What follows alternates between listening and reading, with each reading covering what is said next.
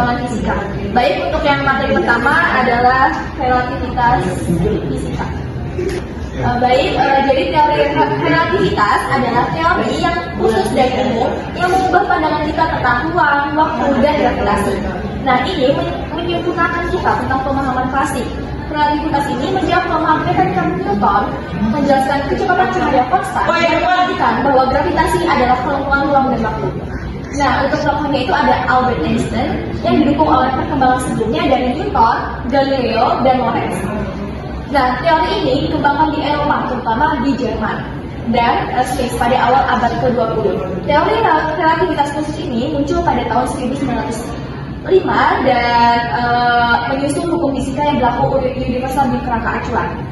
Jadi, teori ini menyatakan bahwa hukum fisika itu berlaku sama di semua kerangka acuan yang bergerak termasuk yang dipercepat. Hal ini menggambarkan benda-benda itu berinteraksi dalam medan gravitasi dan bagaimana mereka berlaku secara relatif satu sama lain. Nah, ini mengacu pada sistem acuan yang digunakan untuk mengukur gerakan dan kecepatan benda.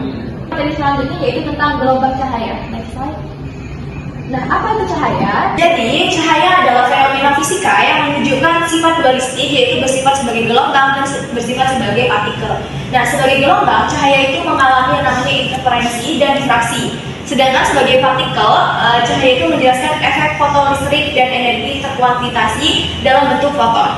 Nah, mengapa sifat cahaya itu penting?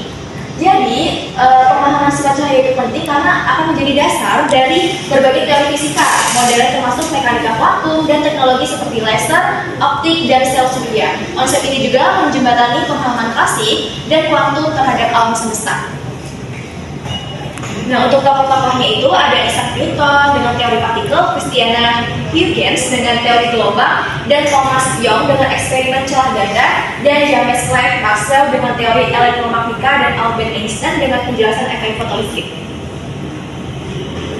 Nah, teori cahaya berkembang ini menjadi perdebatan dimulai dari abad ke-17 sampai dengan abad ke-20. Nah, teori cahaya berkembang itu dari spekulasi filosofis di mana menjadi konsep ilmiah melalui observasi dan eksperimen. Mungkin sekian materi yang saya sampaikan. Untuk materi selanjutnya akan disampaikan oleh teman saya.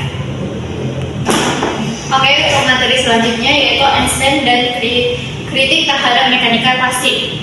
Kritik Einstein terhadap mekanika klasik.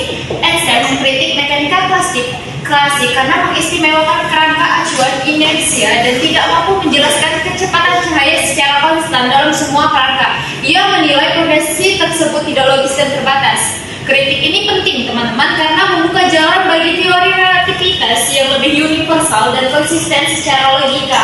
Hal ini mengubah pandangan kita tentang ruang, waktu, dan gravitasi. Perdebatan antar tokoh nih, teman-teman. Tokoh Isaac Newton meletakkan dasar mekanika klasik, tetapi Albert Einstein mengembangkan teori relativitas khusus dan umum. Eksperimen Morley juga berperan penting dalam menunjukkan kelemahan teori ini. Kritik muncul di awal abad ke-20, terutama tahun 1905 saat Einstein menerbitkan teori relativitas khusus dan tahun 1915 saat ia menyelesaikan teori relativitas. Nah, Albert Einstein juga dia memberikan solusi. Einstein menggantikan konsep dari gravitasi dengan kelengkungan ruang waktu. Ia menyatakan bahwa hukum fisika harus berlaku dalam semua kerangka, termasuk yang dipercepat melalui prinsip kovariansi umum. Selanjutnya, Einstein dan komunitas Yahudi. Pandangan Einstein terhadap komunitas Yahudi. Einstein memandang komunitas Yahudi sebagai entitas moral dan kultural yang harus dilestarikan. Ia menekankan pentingnya solidaritas dan revitalisasi identitas budaya Yahudi. Pandangan ini